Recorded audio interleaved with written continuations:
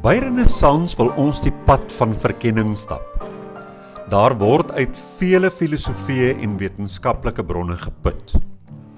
Ons besef dat elke individu sy of haar opvoeding en ervaring met hulle saamdra en as verwysingspunt gebruik wanneer hulle kommunikeer. Ons luister dus na mekaar en ag niemand se insigte as imperatief nie, maar eerder as aanvullend, met inagneming van waar hulle hul op hul reis bevind. Omdat Renaissans 'n familie van oop, denkende en eerlike reisigers is dit vir ons belangrik om gereeld met mekaar te praat. Ons skram nie daarvan weg om moeilike sake onder die loep te neem ten einde saam te groei nie. Ons verwag nie eenparigheid nie, maar streef na dialoog waarbinne 'n respek, 'n oop gemoed en egtheid die weg baan tot nuwe moontlikhede. Dit beteken natuurlik dat ons nooit finale antwoorde kan hê nie, want ontdekking en groei voorveronderstel mekaar. Daarom wil Renaissans 'n veilige ruimte wees vir mense wat verken. Ons weet dat daar in alle tradisies waarheid te vind is. Daarom poog ons om ons ontginnings daaruit met eerbied en respek te doen, op soek na dit wat universeel en vir ons van waarde is. Ons waardes word gekenmerk deur openheid, egtheid, liefde en nederigheid en bovenal om nie te veroordeel nie. Renaissans bied 'n gemeenskap aan mense wat op soek is na ander wat die wêreld van spirituele verkenning met hulle kan deel. Of dit 'n fisiese gemeenskap is waarna jy op soek is, en of jy virtueel wil deelneem, Renaissans maak ruimte vir beide. Jy gaan nou luister na 'n opname van een van ons byeenkomste. Jy's welkom, neem deel, plaas jou kommentaar, geniet hierdie ervaring saam met ons.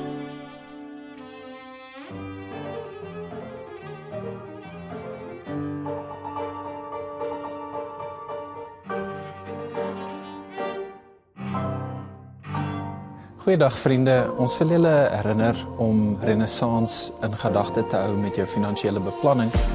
As jy Renaissans 'n vaste item op jou begroting kan maak, kan dit ons help om 'n konstante inkomste te genereer, waarmee ons baie beter kan beplan en vooruitdink.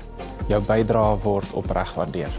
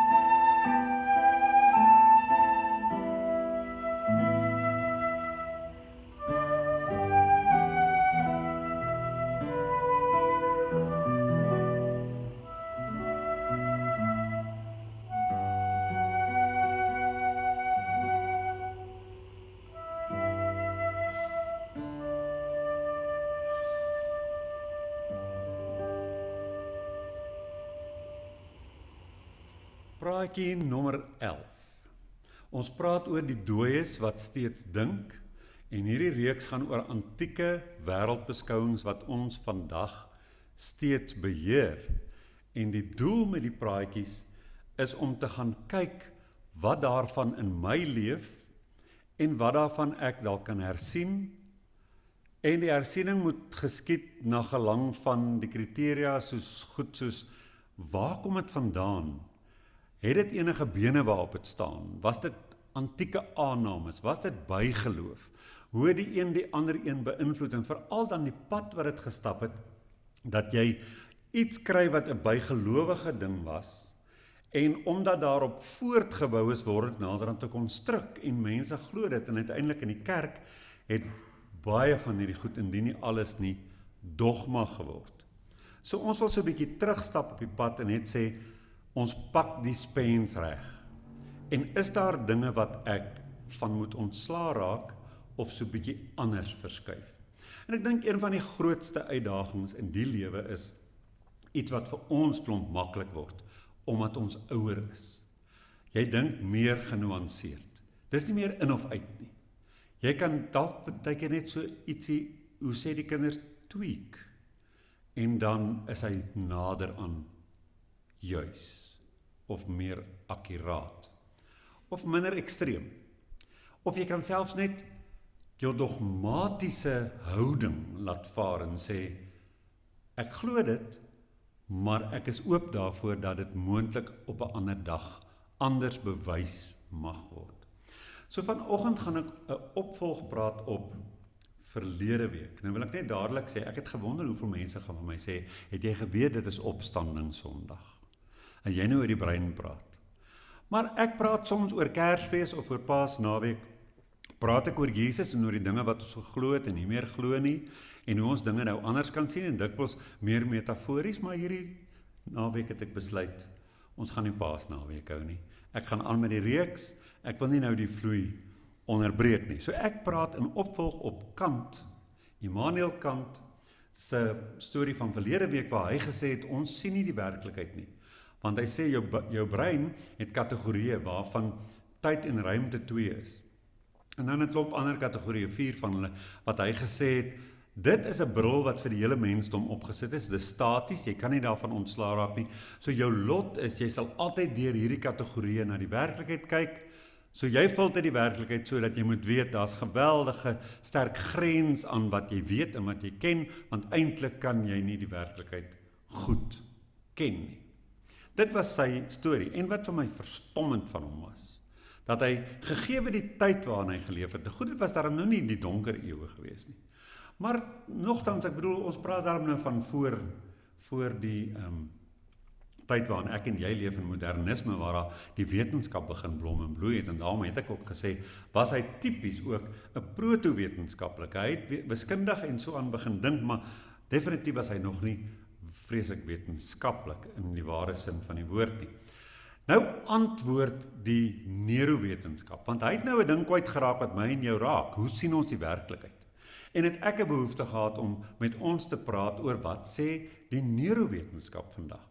Nou ek is eintlik streng gesproke die heel laaste mens wat moet oor neurowetenskap praat, want ek is nie 'n wetenskaplike in die sin van standaard 8 baas geraak, in die ware sin van die woord nie. Ek is nie 'n wetenskaplike nie. Ek is teologies opgelei, en ek het sielkunde, en ek het filosofie, en ek het Bybelkunde, maar ek het nie hierdie vak in my hele lewe onder oë gehad nie, maar soos julle, en ek glo, en ek gaan die vraag nou vir julle vra, het ek daarom nou ook vandag die internet en boeke, so 'n mens lees daaroor, en veral vandat hierdie hele bewussynskwessie op die tafel neergesit is dit 'n ding waarna ek baie kyk, en begin nou 'n baie sterk prentjie vorm van wat die neurowetenskap oor die spektrum vandag sê. En moet ek sê, en daarmee gaan ek eindig, want dit gaan ons vraag wees, wat ek in ons skote wil neersit vanoggend. Hoe deel ek hiermee? Wat maak ek hiervan? Jy het 2 groepe, as dit kom by neurowetenskaplikes.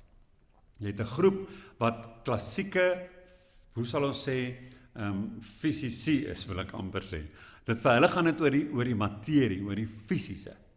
En hulle is baie streng wetenskaplik. En hulle het een perspektief, en hulle is ook by verre die meerderheid. Maar jy het 'n klein minderheid wat dan ook skouers skuur met sielkundiges en wat mense sou noem mense wat met die panpsigisme werk en metafisici en seker is van die kwantum ook weer 'n minderheid van die kwantumteorie ouens. Hulle het 'n ander siening en werk anders daarmee. En as jy hierdie mense langs mekaar sit en ek het hierdie week van die goed wat ek gaan kyk het al in die verlede herbesoek en een spesifieke gesprek, as julle hom wil kyk, kan ek hom met julle deel. Sal ek graag met julle deel, want jy sien hoe dat 4 mense daar sit by 'n wetenskap emporium en hoe dat hulle praat as neurowetenskaplikes, maar dat daar een van hulle is wat van hierdie minderheidsgroepe verteenwoordiging is en wat 'n totale ander prentjie het. So dit is vir my altyd goed om te kyk en te sê, ek gaan nie noodwendig myself neerlê by een siening nie. As daai klomp geleerde mense onder mekaar verskil, dan maak dit my versigtig om enigsins dogmaties te wees en ongenuanceerd na hierdie goed te kyk. Maar kom ek probeer nou begin. Verlede keer het ons saam met Immanuel Kant op die rand van kennis gaan staan. En hy het vir ons gesê, kyk, soos hierdie wêreld aan jou vir jou lyk, is maar net hoe hy verskyn aan jou. Dit is nie hoe hy daaruit sien nie. En toe stel hy daai grens. Dit was 'n baie stil grens, maar ook 'n strak. En soos ek net nou gesê het, met sy kategorieë en die bril wat hy vir ons opgesit het, was dit 'n baie statiese ding, daar's niks wat daaraan kan verander nie. Daar was nie iets dinamies in hoe ons die wêreld sien, volgens Kant nie. Soos jy hom sien, so sien jy hom, want jy's homo sapiens, jy's mens, jy het hierdie spesifieke kategorieë, waarmee jy dit filter. En dan het hy gesê, maar die wêreld daar buite is die ding in sigself, die wêreld, die werklikheid. Dis daar, en dit wat jy hier sien, is die verskyningsvorm. En die ding daar buite is altyd vir jou ontoeganklik. Maar vandag kom die moderne neurowetenskap en dan antwoord hulle hom, en hulle staan letterlik nader aan hom, en as hulle met hom kon praat, sou hulle vir hom sê, Kant, jy was verstommend genoeg, halfpad reg. Maar ons ontdekkings neem ons verder. Waar hy gesê het, die verstand vorm ons ervaring, sê neurowetenskaplikes, ja, dit is so, maar dis nie net die verstand nie. Die brein, die liggaam en die wêreld werk saam.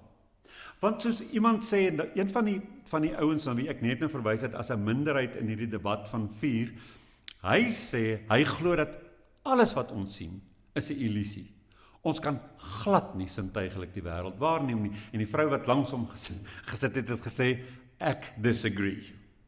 En sy het haar redes gegee. En ek het met haar saamgestem in daai plek. Want daar's 'n plek, en ek het dit laasweek baie kras gestel, ek was al bietjie spyt in die week daaroor, ek het dalk nie genoeg geëet sondagoggend voor die tyd nie. Toe sê ek raak geïrriteerd as mense menswees wil verminder deur te sê, jy kan nie op jou sintuie staat maak nie. En die sintuigelike wil afmaak, en die wêreld wil totaal en al verklaar as 'n totale illusie. Dis vir my, dit is iets wat my pla, dit is soos 'n klip in my skoen, want ek is dan nou mens, moet ek nou 'n ander spesies word, om werklikheid te kan beleef. Dit is vir my iets, aan wil ek vra, goed, dit mag, selfs al sou dit so wees, nou, wat nou daarvan? Nou is ek 'n mens, ek moet werk met wat ek is. Maar hier kom 'n interessante ding uit die neurowetenskap waar hulle sê, alles in jou werk saam, selfs hoe jy jou binnekant ervaar. En ek het al baie daaraan gedink, behalwe as my hart vinnig klop, soos Vrydagoggend toe ek regtig die oefening bietjie oordryf het, weet ek nie eintlik van wat in my liggaam aangaan nie. Maar hulle sê jou brein lees jou liggaam binne en dit beïnvloed hoe jou emosies en jou sintuie gaan werk, jou persepsies en hoe jy daardie dag jou wêreld gaan konstrueer in jou kop. Al die goed werk saam. Wat wonderlik is van hulle wanneer hulle sê, ja, ons konstrueer werklik in ons koppe, ons werklikheid, dan beteken dit nie, daar's niks daar buite wat jy inneem nie. Die werklikheid is daar. Jy reageer op goed wat jy sien. Maar die konstruksie het te doen met alles van wie jy is, wat saam bou en gebruik maak van dit wat jy daar sien. So eintlik word die werklikheid wat inkom, word gefilter sodat dit blou blokke word. Maar dit gaan nog 'n bietjie verder selfs as dit. Voordat ek verder praat, wil ek net dit sê. Dis met ander woorde 'n dinamiese proses. Dis nie staties soos Kant gesê het nie. 'n Mens kan nooit op een punt van jou lewe gaan staan en sê, soos ek die wêreld sien, dis maar hoe my kop werk en dis nou so. Jy weet, dit is nou hoe my kop werk. Kant het gesê alle mense se koppe werk dieselfde wat hulle is mens. Ons sê baie keer ek en my familie se koppe werk dieselfde en niemand gaan daarmee torring nie. Dis dit werk nie so nie. Dinge is ongelooflik vloeibaar en plasties. Ons breine se plastisiteit is verstommend. Ons kan totaal leer om op 'n nuwe manier die werklikheid vir onsself te konstrueer. So dit is 'n dinamiese proses, maar ek wil gou myself onderbreek en vir julle vra, wie van julle het al bietjie gekyk na wat die neurowetenskap sê oor die brein en ons sintuie en so aan? Daar sê julle klompie van julle. Nou, julle sal weet, hulle sê net om te praat oor hoe ons kyk, want dit is ons sintuig waar die meeste van die inligting na ons toe kom. Hoe ons sien, ons dink ek sien alles wat nou hier voor my is. Maar as jou oë staties sou wees, sou jy 'n blokkie helder sien en die res sou wasig wees, uit fokus. Maar omdat ons oë beweeg en vinnig beweeg, sien jy blokkie en dan die tussenin stukke vul jou brein die prentjie in. Jou brein maak hom letterlik vol. Jy sien nie alles wat jy nou sien werklik met jou retina nie. Die retina kan nie alles absorbeer nie. Dis nie moontlik ten spyte van daai ontsaglike hoeveelheid van reseptors in die retina, kan jou retina nie hierdie hele prentjie eers inneem nie. So jou brein vul hom in. Die woord hier is chaoties, want dit is hoe ons brein dit eintlik ervaar. As 'n baba gebore word, hulle sê 'n baba het die meeste neurons wat vuur in daai kop. In my en jou geval is die neurons al baie minder, want 'n baba hulle sien nog meer as ons. As hulle letterlik hier sit, gaan 'n babietjie meer sien as wat ek en jy sien. En dan soos wat jy ouer word, verminder dit, want wat gebeur is, soos wat ons begin fokus op sekere take en sekere goed kies vir ons lewe, oefen jy daai breinpaaie en daai neurons vuur en hulle vuur baie goed en daai paadjies word baie sterk en dan word ek baie goed in 1, 2 of 3 dinge wat ek aanleer om te doen. Maar die res sterf af, terwyl 'n baba het al hierdie potensiaal. Daai hele brein is vol potensiaal van paadjies wat gestap kan word. Maar nou stap ons nie almal nie. So, dan kan jy eintlik die woord gebruik. Vir 'n baba is dit wat hulle sien nogal chaoties, want hoe moet die babatjie nou sin maak uit al hierdie inligting wat in hulle oogies inkom en in die brein ingaan. Dit is chaoties en dan so stadig maar seker soos ons stap. En dis waar die lewende dinamiese proses kom. Begin ons sin heg en sin maak uit dit wat ons sien en ervaar. En soos wat ons dinge ervaar en sien. Ek bedoel, jy hoef amper nie eers meer na hierdie kapel te kyk om te weet hoe hy lyk nie. Jy kan met toe oë kyk hoe lyk hy. Jy sal weet, want ons was al baie hier. So die brein het soveel geheue om te gebruik om in te vul. Dat dit eintlik wonderlik is om te weet hoe dat ons self deur 'n ervaring ons brein kan help om 'n prentjie van die lewe te begin bou, wat konstant kan raak, maar gelukkig ook verander, want die brein pas aan. Want hier is een van die goed wat gebeur. Ons dink dit werk so. Ons oë neem waar, ons breine verwerk, so ons sien die wêreld. Dis nie wat die wetenskap sê gebeur nie. Hulle sê, en dit is eintlik 'n hengse revolusie en omwenteling in ons koppe hierdie. Ons breine voorspel. Dit was 'n ding wat ek lank moes oorsit en dink. Maar jou brein voorspel, ek kan my nou voorstel, hulle praat nou nie van 'n baba nie. Want daai baba het vir daai brein niks gegee nog om mee te werk, om mee te voorspel nie. Maar ek en jy, ons breine, wanneer ons na enige gegewe realiteit kyk, voorspel meer as wat hulle sien. Want ons het ervarings. Ons brein wag nie vir die wêreld nie, sê hulle. Jou brein voorspel letterlik die wêreld. Hulle noem dit predictive processing. Wat beteken dit prakties? Dit beteken, ek gaan dit vreeslik eenvoudig maak. As jy hierdie lesings kyk, maak dit baie ingewikkeld. Dan moet ek baie keer opstaan en teruggaan en weer kyk. Maar ek gaan dit eenvoudig maak. Wat jy sien is nie net die data wat inkom nie. Wanneer jy nou iets kyk en jy dink jy sien iets, kom daar geheue saam, wat jy plak op daai gesiggie wat jy sien. Dit is uiteindelik jou beste raaiskoot, dit wat jy voor jou sien, oor wat daar buite is, maar dit word gebaseer op vorige ervarings se afleidings, jou geheue, verwagtings wat deur daai vorige ervarings ontwikkel het. En dis die ding, ons brein is nie gebou vir waarheid nie. Ons breine is evolusionêr gebou vir oorlewing en vir stabiliteit, voorspelbaarheid en veiligheid. So jou brein sê, ek dink ek het hierdie al gesien, voor hy nog mooi gekyk het. Jy weet mos hoe val ons mense mekaar ook in die rede. As jy oor 'n onderwerp praat, wat ek ook goed ken, en jy praat so eentjie weg en begin ek saam met jou praat, dan sê Johan dikwels vir my, wag, jy weet nie wat ek wil sê nie. Dan dink ek weet wat hy wil sê, want my brein het dit voorspel. Begrond op vorige ervaring oor hierdie onderwerp waaroor jy nou praat. Maar dan wou hy glad nie dit sê nie. En hier is die ding wat ons kan sagmaak vir mekaar is, dis 'n reflex, daai ding. En 'n mens moet dit hard oefen om op te hou om iemand in daai geval in die rede te val of hulle sinne klaar te maak, want dit is 'n reflex by jou. Want dis die volgende punt wat mense net van kan kennis neem is, jou brein het besluit voor jy dink jy het besluit. As ek nou hierdie ding wil vat, die oomblik wanneer ek hom vat, het my brein hom klaar gevat. Hulle sê ons voel ek het nou besluit om gedoen, maar ons breine is ons letterlik vooruit, want hulle voorspel die wêreld. Nou die goed raak as hulle dit verduidelik vir my regtig, ek is eerlik met julle, soms te ingewikkeld om werklik te snap, dan kry ek maar net die praktiese ding, die konsekwensie daarvan, en dan glo ek hulle nou maar, want hulle is mos dan nou met hulle vakgebied besig.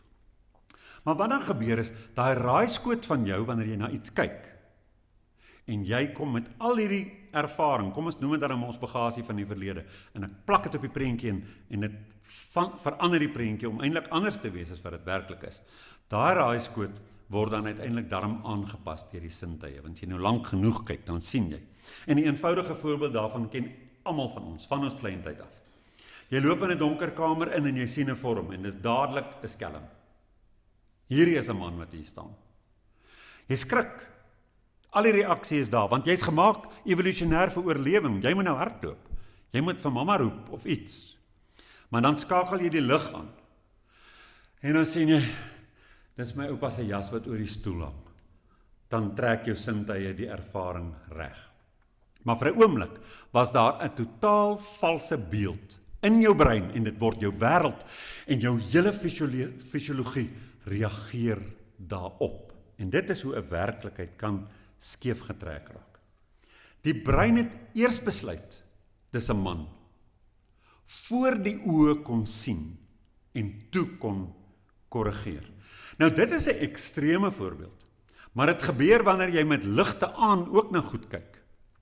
Jy plak goed daarop, wat nie noodwendig daar is nie, omdat dit sterk verwagtings is vanuit jou predictive processing. En dis nog 'n voorbeeld wat vir my interessant was van hierdie prediction. Hulle plaas 'n groen blokkie op 'n skerm. En bokant hom is 'n rooi blokkie, maar die rooi blokkie beweeg, en hy beweeg vinnig. Maar in 'n stadium, die groen blokkie is afgeskakel. Hulle wys vir jou, daar's twee blokkies, maar skakel hulle hom af. Nou beweeg die rooi blokkie, en wanneer die rooi blokkie presies bokant die groen blokkie is, dan skakel hulle die groen blokkie aan. En dan beweeg die rooi blokkie aan, dan vra hulle vir mense, is daai twee blokkies met mekaar belyn? En almal sê nee. Die rooietjie is bietjie regs. Waarom? Die brein het geregistreer hierdie blokkie beweeg, en al wat die brein nou doen is, die waarheid oor hierdie blokkie is dat hy beweeg. Hy gaan staan nooit vir die brein op enige gegewe oomblik stil op daai plek nie. Jy kry dit nie gesien nie. Ander ding wat vir my net so interessant was, sorry, ek gaan nou vir 'n rukkie vir julle besig hou met hierdie goed, asof julle dit nog nooit gehoor het nie. Hulle speel 'n klankgreep. En vir my ore, en ek het dit oor en oor gespeel, hoor ek Jannie. Dan sê hulle, sommige mense hoor Laurel.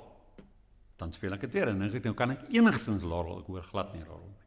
En hier is die antwoord. Sommige van ons het 'n voorkeur in ons breine vir hoë frekwensies in klank, en ander vir lae frekwensies. Die mense met die hoë frekwensies hoor, met die presiese selfe klank, hoor hulle Jannie. En die mense met die lae frekwensie voorkeur hoor Laurel. En dan verander hulle dit. Dan haal hulle die hoë frekwensies uit die klankgreep. Toe hoor ek duidelik Laurel. Dit het te doen met wat jou brein maak met daai klank. En die heel laaste voorbeeld van al hierdie interessante goedjies is, dalk het julle hierdie ingehoor, die eksperiment met die rok, die blou en swart rok. Wie van julle weet van daai eksperiment? Dis 'n rok met strepe, dwarsstrepe, blou en swart. Daar was, ek jok nie vir julle nie, 2 egskeidings gedokumenteer waar 'n man en vrou so beklei het oor wat die kleur van hierdie rok is, dat dit tot 'n egskeiding gelei het. Dit het natuurlik nou ander goed uitgekrap uit hulle huwelik, ons weet dit mos. Ek het videogrepe gesien wat hierdie neurowetenskaplikes plaas, waar mense mekaar skel op die internet dat die seele nie kan skoon was nie, oor hulle so idioties is om die kleur van daai rok verkeerd te kry. Dit was 'n oorlog oor 'n rok se kleur. Sommige mense sien hierdie rok as roomkleurig en goud en ander as swart en blou. En toe vertel hulle, een van die ontknopings is dit. 'n Vrou het toe gegaan en sy plaas die rok, sy het hom, soos hulle sal sê, gekopieer, en sy het hom geplak op 'n blou agtergrond. Toe sy hom op 'n blou agtergrond plak, toe redigeer die mense se oë, wat as gevolg van die blou, die oog besluit, hier's te veel blou in die prentjie, dan redigeer hy die blou uit. Dan sien hulle die rok as room en goud. As jy dit andersom doen, en jy plak hom op geel, dan sien hulle die rok as swart en blou. En het hulle agtergekom, dat mense wat hulle lewe spandeer in kantore, waar daar geel lig is, onnatuurlike geel gloeilampe is, hulle oë leer om daai geel uit te filter. Die mense wat in die buitelug leef en met wit lig leef, hulle oë leer om die blou lig uit te filter. So mense wat hoofsaaklik buite leef, het die blou lig uitgefilter en het die rok gesien as room en goud. En daai rok inderwaarheid is swart en blou. Dis die kleur van die rok. Maar dit is hoe ons werklik nie seker kan wees, dat wat ons sien 100%, wel in die geval, enigstens akkuraat is nie. Nou na al hierdie ou storieetjies, kom ons gaan voort en ons probeer bietjie filosofeer hieroor. So die wêreld, sê hulle, is 'n beheerde hallusinasie. Nie 'n totale een nie, alhoewel daai een man dit sê, ek sukkel om met hom saam te stem, want jy gebruik daarom seker data om mee te werk. Maar sommige wetenskaplikes beskryf dit so, hulle sê jou ervaring van die wêreld is 'n beheerde hallusinasie. Dit beteken nie jy maak 'n fout nie. Dit beteken nie jy eil nie. Dit beteken nie jy moet iewers 'n kopdokter gaan sien nie. Dit beteken jy's normaal. Want dit verskaf aan jou 'n stabiele, nuttige model om as homo sapiens in hierdie wêreld 'n lewe te kan maak. Dis die doel daarvan. Jy's goed toegerus. Al werk dit nou so eienaardig. Dit werk en dit gaan oor werkbaarheid. Oor prakties wees. Oor oorleef en voortleef. Hier is 'n interessante ding van hoe jou liggaam saamwerk.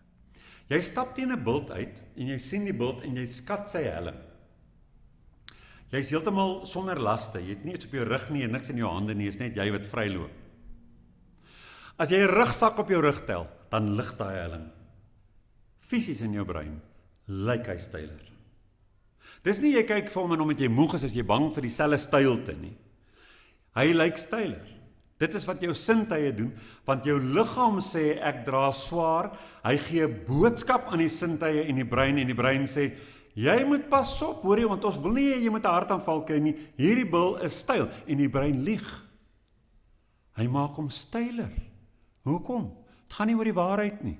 Dit gaan daaroor dat jy moet oorleef, dat jy moet okay wees, dat jy voorspellings kan maak, en dat jy jouself kan gereed kry vir wat voorlê. So waar Kant gesê het, jy het 'n statiese bril en jou brein is soos 'n masjien.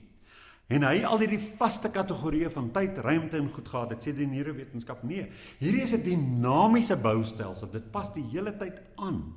Hy sorg vir jou. Hy kyk na jou, hy help jou om te leef, om die een voet voor die ander te sit en dit te maak in hierdie wêreld. So hy leer, hy pas aan en hy verander heeltyd hierdie model vir die lewe. Die brein is plasties. Ek het dit klaar gesê. Jou ervarings verander jou persepsies. Kultuur beïnvloed wat jy sien, maar hier's 'n verdere punt oor die plastisiteit. En dis 'n belangrike een. En waar ons genade moet hê met mense en sag moet wees met onsself. Trauma verander 'n mens se hele perspektief op die werklikheid dramaties. Want ons perspektief, het ek nou reeds gesê, werk met geskiedenis. En trauma is 'n verskrikking van 'n stuk deel van jou geskiedenis. En as jy nou dink ander goed gee vir jou dinge om mee te werk, voorspellings en al die goed.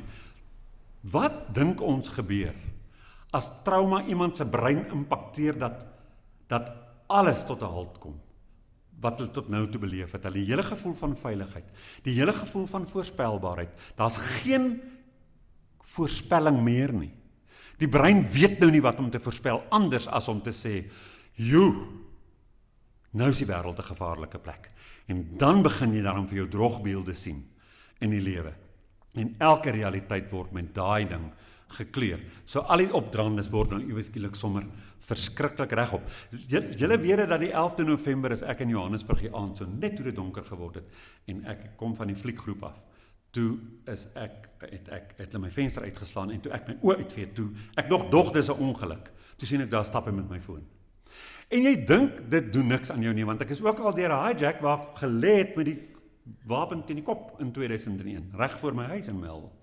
So, en toe was ek okay, maar ek was baie jonger. En snaaks, jy dink dis okay. En die versekering vervang jou foon en so aan. Julle moet vir Johan vra, hoe skrik ek vir die geringste ding, sedert daai tyd. Ek skrik vir alles. Ek skrik as die honde om die hoek kom, ek skrik as hy om die hoek kom.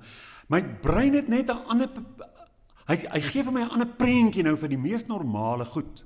En dit was maar 'n baie klein stukkie trauma om deur te maak. En ek het toe ook dit besef, toe sê ek net, jy moet met jouself sag wees as jy deur moeilike tye gaan. En jy begin die wêreld donker sien, moet jy jouself kalmeer en jy moet besef, hierdie is tyd vir selfsorg. Hierdie is tyd vir allerlei hulp. En ons as mense se vriende en naastes moet dit ook van hulle besef, dat as iemand deur 'n donker tyd gaan, moet jy nie hard met hulle wees oor hoe hulle die alledaagse lewe ervaar nie. Hulle breine is besig om hulle te waarsku. En hy het niks anders om mee te werk as dit wat hulle reeds beleef het nie. So daai ding moet ontrafel word. Nou kom die groot vraag as ons kyk na hierdie hele filterstorie. Wat dan van die werklikheid daar self? Is die werklikheid self daar? Want Kant sê ons kan nie die werklikheid ken nie. Nou die wetenskap sê ja, jy het nie 'n direkte toegang tot die werklikheid nie, want jy kom deur jou sintuie en dit jou hele geskiedenis kom jy na die werklikheid toe aan. Maar hulle sê jy kan hoop hê. Jy kan al beter modelle bou. Want jy's in beheer hiervan as jy besluit om in beheer hiervan te wees. En daarom sê mense ook vandag vir ons, en ek is nie baie lief daarvoor as mense dit net in one-liners vir ons gooi as 'n preekie en nou moet ons verstaan wat hulle bedoel nie, maar as jy die wetenskap hier agter verstaan, jy bou jou eie ervaring van jou wêreld. Jy bou dit tot 'n baie groot mate en nou praat ek nie van 'n patologiese goed of van psigopate wat jou beet kry en so. Jy praat van die alledaagse wêreld. Jy kan regtig leer om beter modelle te bou vir jou brein, sodat jou brein beter werk met die werklikheid. En die verskil is baie belangrik, waar Kant vir ons amper slagoffers maak van die menslike bril. Maak neurowetenskap ons heeltemal vry. Hulle sê, dis bewegend. Daar is 'n grens, maar jy kan die grens die heeltyd verskuif. Dis in jou hande. Niemand sê jy gaan by 100% uitkom nie, maar daar's soveel ruimte vir verskuiwing. En hulle sê dan, ja, ons sal byvoorbeeld dit kry dat mense uit 'n genepool kyk na 'n sekere ding dieselfde, vanuit die staanspoor, net uit waar jy gebore is, uit watter genepool jy gebore is. En dit kleur natuurlik, en daarom sal jy sien dat sekere families kyk na 'n saak en dan kyk so na hom. Ander families kyk na 'n saak, hulle het op 'n hele ander plek op die planeet groot geword en ander dinge deurgemaak. Hulle almal kyk so na hom, want dit is in hulle DNS. Maar ons kan hierdie goed ontwikkel, want dit eindig nie daar nie. Van kleins af vorm jou familie en jou opvoeding, wat jy leer, wat jy studeer, waaraan jy blootstel, vorm hierdie goed, en dit alles word bruikbaar. En dit word jou waarheid. En waarheid in hierdie sin nie 'n objektiewe waarheid nie. Ons weet almal, ons kan nie by 'n objektiewe waarheid uitkom nie. Ek hou nogal daarvan dat 'n mens kan, en ek dink, ons het dit nou 'n paar Sondae gelede gehoor, dat 'n mens op 'n intuïtiewe vlak 'n aanvoeling kan hê vir die waarheid. Maar is nie 'n kognitiewe kennis of begrip daarvan nie. En daarom kan baie mense vir jou sê, jy gaan nie vir my iets vertel nie, ek ken God. Ek ken God. Maar wat hulle eintlik sê is, ek het 'n intuïtiewe aanvoeling vir wat ek beskou as die natuur van God. Maar om vir God te ken, nou ja, indien God as 'n persoon bestaan, is nie moontlik nie. Is totaal nie moontlik nie. So waarheid in hierdie sin word baie bruikbaar. Want in hierdie wêreld beteken waarheid, in die wêreld van my en jou belewenis beteken waarheid, nie 'n perfekte weerspieëling van die werklikheid nie. So ek kan nie vir jou sê, hoe dink jou kop nou oor hierdie storie nie? Dis jou weerspieëling van die werklikheid en hy's vir jou bruikbaar en werkbaar. Hy laat jou oorleef, hy werk vir jou samestelling. Hy tot hiertoe het jy geleer en jy weet dis hoe jy die lewe moet aanpak. Natuurlik daar is altyd ruimte vir verbetering, want ons kyk baie keer op vreeslike snaakse maniere na goed, nê. Omdat ons nie hierdie plastisiteit oefen nie.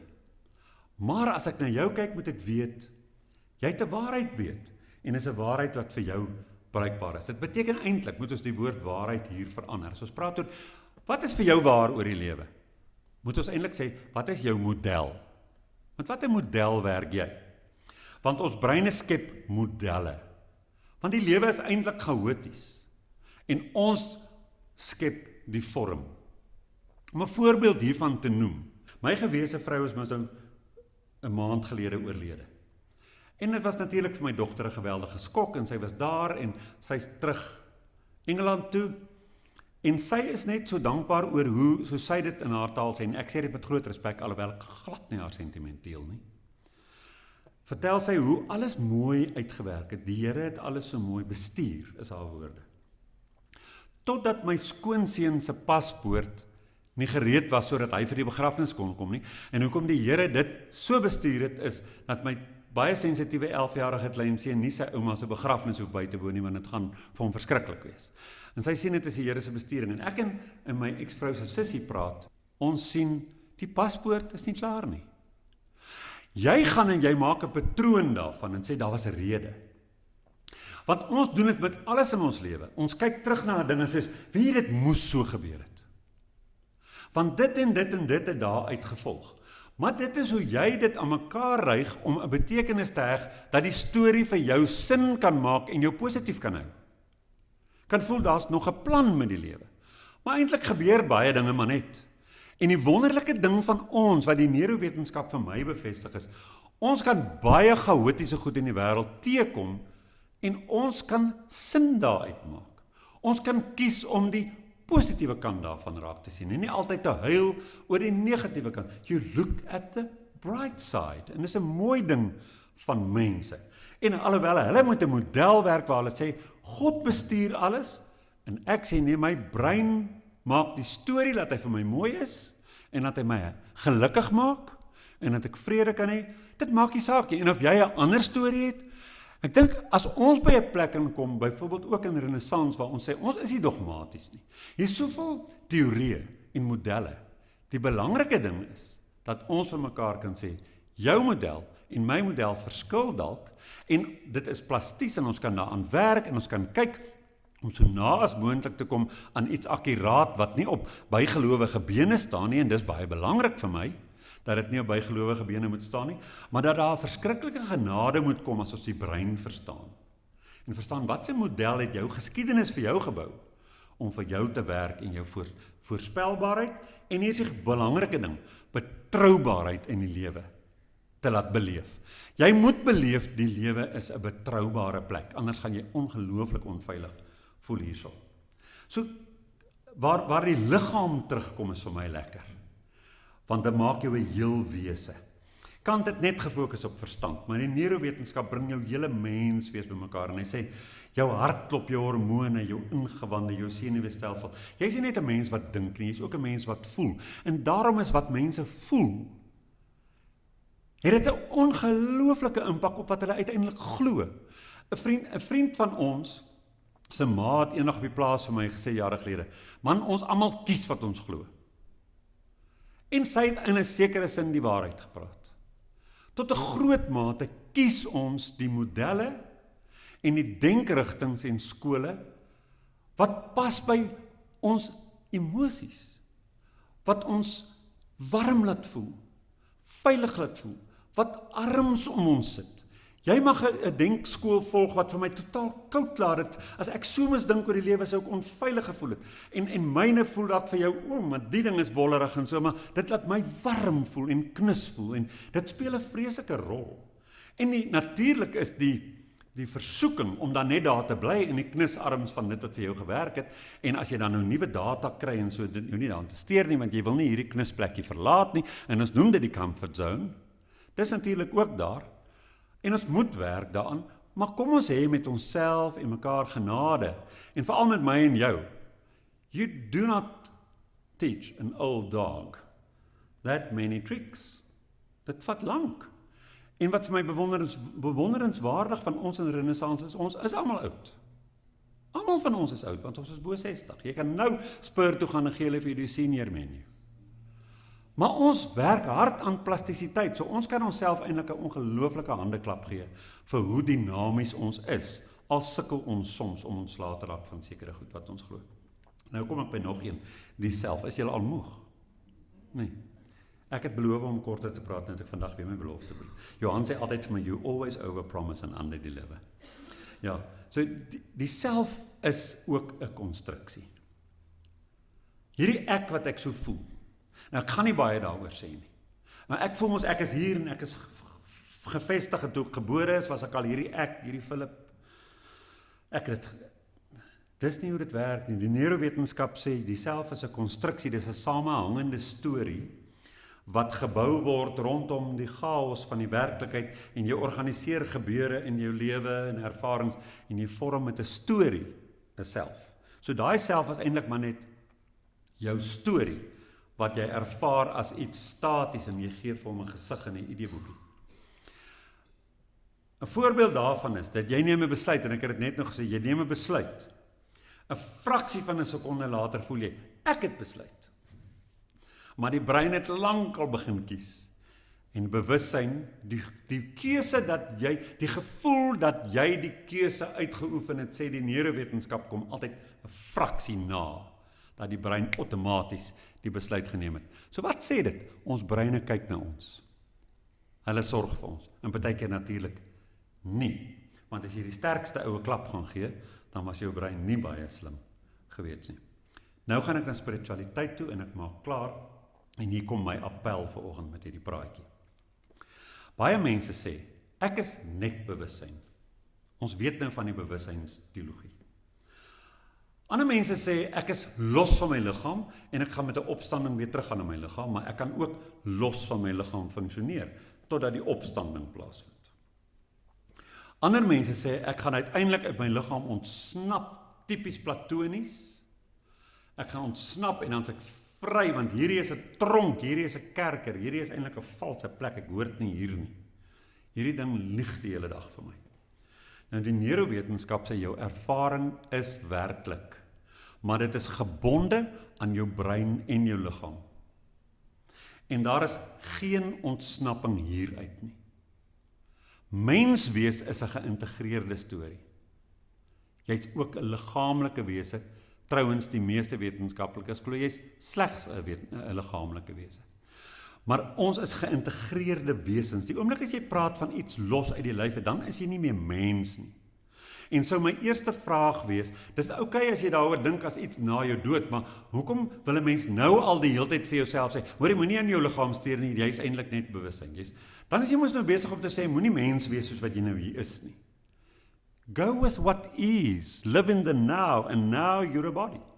So leef so, dis vir my, miskien is dit net my baie platvloerse tipe van common sense, maar dis hoe ek daaroor dink. Moenie jouself so doodmaak oor jou samestelling terwyl jy hier is nie, tensy jy groot stories dink oor die hiernamaals.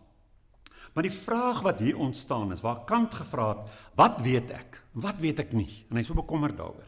Vra die neurowetenskap, hoe word dit wat ek weet en ervaar geskep? Dis hulle vraag en hulle probeer kyk na hoe dit gebeur. En ons het dit nou vanoggend in breë trekke bespreek, dat ons en ons breine met ons hele lyf bou vir ons 'n werklikheid in elke gegeewe oomblik. En dis nie willekeurig nie. Ons dink dit is so willekeurig, dis nie willekeurig nie. Baie daarvan is totaal outomaties.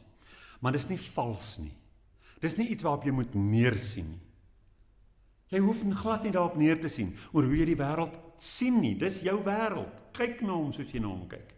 En die grootste skuif myns insiens is nie om te vra, is dit wat jy beleef werklik nie, maar hoe het jou brein jou oortuig dat dit werklik is? Gaan vra daai vraag, want dan kom jy agter of die man eintlik net 'n jas is. Watter nut put ek uit my ervaring van my werklikheid? Het dit vir my voordeel of benadeel dit my dalk? Wat kan ek tans glo oor die brein? Hierdie is vrae waarmee ons kan werk. Maar daar is 'n geneigtheid by ons as mense om finale antwoorde te wil hê. Nie net werkbare antwoorde nie, ons wil die finale antwoord hê en weet ons is reg, dis nou hoe dit werk. En as dit by bewussyn kom, het mense 2 elegante modelle gebou. Die eerste een is mense sê die brein skep dit. En daar's 'n paar wetenskaplikes wat se name ek kan noem, ek gaan nie, maar dis die meerderheid. Hulle noem dit die Integrated Information Theory. Dit beteken jou brein skep jou bewussyn en hulle het ook op so daai video wat ek met julle sal deel as julle wil, het daai een vrou gewys hoe dat as klomp dele van die brein werk, aktief is, dan kom daar bewussyn. So sy glo, jou brein skep dit, en as jou brein stil raak, verander die bewussyn of hy verdwyn. Daar's dalk net mooi geen bewussyn dan nie. Maar dan fluister 'n klomp ander mense, soos ek net nog gesê, die panpsigiste, metafisici, sielkundiges en 'n paar kwantum ouens en enkele neurowetenskaplikes, dan sê hulle sê, ons dink nie die brein is die bron nie. Die brein is net die venster waar die lig val. Die brein is nie die bron nie. Nou staan ek en julle vanoggend hierso, tussen 2 verklaringe van slim mense. Ek het my voorkeur, ek gaan nie vir julle sê wat dit is nie, maar ons almal kan ons voorkeur hê en ek dink dit is goed om jou voorkeur te hê en dan te ondersoek. Maar so, die meeste sê, bewussyn is ontstaan uit die kompleksiteit van die menslike brein. En dan sê 'n ander klomp, bewussyn is die basis van die hele skepping. Daar was net bewussyn en bewussyn het gestalte gegee aan alles en bewussyn manifesteer nog steeds alles. Maar wat ek en jy wel weet vandag is dat die brein en bewussyn hand aan hand loop. Dat as jy die een verander, verander die ander een. Ek gaan nie daarop ingaan nou nie, ek het nie meer tyd daarvoor nie. En kan 'n mens sê, wat ons hier vind is daai tipies menslike ding. Nie dat ons nie weet nie, maar ons weet nog nie finaal nie. Ons dink wel te vinnig dat ons weet. Rasionele mense kan vreeslik ongeduldig raak met misterie en nie weet nie, want hulle wil weet. Spirituele mense, en hier praat ek nou met ons, kan soms weer te gemaklik raak daarmee om alles misterieus te los en tot gevolgtrekkings te kom wat net op aanvoelings en intuïsie berus en wat nie wetenskaplike bene het nie. En myns insiens, en glo my, ek weet nie alles nie, maar is die wyser houding nie om finaal te kies nie, maar om te bly ondersoek, maar om te sien hoe ongelooflik presies die brein werk. En terselfdertyd, hoe verruklik my ervaring van die werklikheid is. En is nie 'n probleem wat ek moet oplos nie, dis iets wat ek kan leef. So as ek net kan leer om te leef terwyl die vraag oop bly, kan ek dit interessant hou en kyk na wat hulle sê en miskien kom daar nog groot skuwe in wat hulle ontdek. Maar wat maak dit nou hier saak as ek hier uitstap en ek kyk vir hierdie pragtige tuin hier buite? So kom ons wees eerlik oor wat ons nou al weet. En ons reken dit. Ons ag dit. Moenie die wetenskap minag nie. Wees versigtig om buite daardie grense dogmaties te raak. As jy 'n mens is wat hou daarvan om met goed te speel wat nie bewys kan word nie, dis jou persoonlikheid. En ons kan dit nie van jou wegneem nie. Dan gaan ons jou werklikheid vir jou verskriklik vaal maak. So, dis goed en ek respekteer dit. Maar wat ek net wil sê is, pas op om nie dogmaties te raak oor goed wat nie bewys kan word nie. En hoekom ek dit sê is, ek en jy het groot geword in kerke wat dit gedoen het. Met 'n klomp bygelowige goed. Vir hulle is dit dogma. As een van hulle hierdie praatjie moet luister en van my vriende gaan hulle vir my oor die vingerstik daaroor dat ek dit sê. Maar die kerk het gewemel met goed wat dogmaties aan ons verkondig is. Dis bygeloof op bygeloof op bygeloof, daai hele dualistiese ding, en ons moet dit net glo. Nou wil ek sê, moenie dit in jou eie lewe voortsit en weer naai strik trap nie. Speel met goed, maar luister wat sê die wetenskap, en die goed wat vir jou lekker voel en interessant voel en wat jy glo waar is, moenie sê ek weet dit nie. Sê dit is vir my waar, ek ervaar dit, ek hou daarvan. Want dis my brein en my gevoel se voorkeur. En dan sal mense nou sê, maar dis nie jou brein nie, dis jou intuïsie. Nou goed, hoe jy dit ook al wil noem. Maar die goeders is wonderlik, maar dis nie dogma nie, en dis nie wetenskap nie. En 'n mens moenie loop en wasige etikette op die werklikheid plak, en goed wolleriger maak as wat hulle werklik is nie. My punt is dit, wat regtig saak maak is, hoe werk dit vandag? Hoe is jou lewe? Hoe verruklik is jou ervarings? Hoe diep voel jy een met alles? Hoe diep innerlik is jou belewenis van jouself en jou koneksie met hierdie lewe wat jy gekry het, wat so wonderlik is daai diep vreugde in jou? Wat alle verstand en omstandighede soms kan te bowe gaan. En die punt is dit werk. En dit is 'n belewenis. Leef dit elke liewe dag. Ek sou dit sê, spiritualiteit mag praat. Maar ons moet onthou baie vrae, baie van ons wilde aannames waarmee ons partykeer vir onsself besig hou, is niks anders nie as weer bygeloof wat ons weer in antieke dualisme verstrengel kan laat raak. En ek voel hierdie lewe het nie daai blinkertjies nodig nie, hy's blink genoeg, hy skitter genoeg, so of die gees nou apart van die liggaam staan en of 'n deel daarvan is, en of ek na my afsterwe so rustig is soos voor my geboorte, en of ek gaan voortleef, is eintlik nie 'n geloofskwessie nie, want ons kan nie weet nie. Dis 'n sielkundige vraag. Die vraag oor wat gebeur met my as ek doodgaan, is nie 'n geloofskwessie nie. Hy ontspring uit die siege en die behoefte van die mens om voort te leef.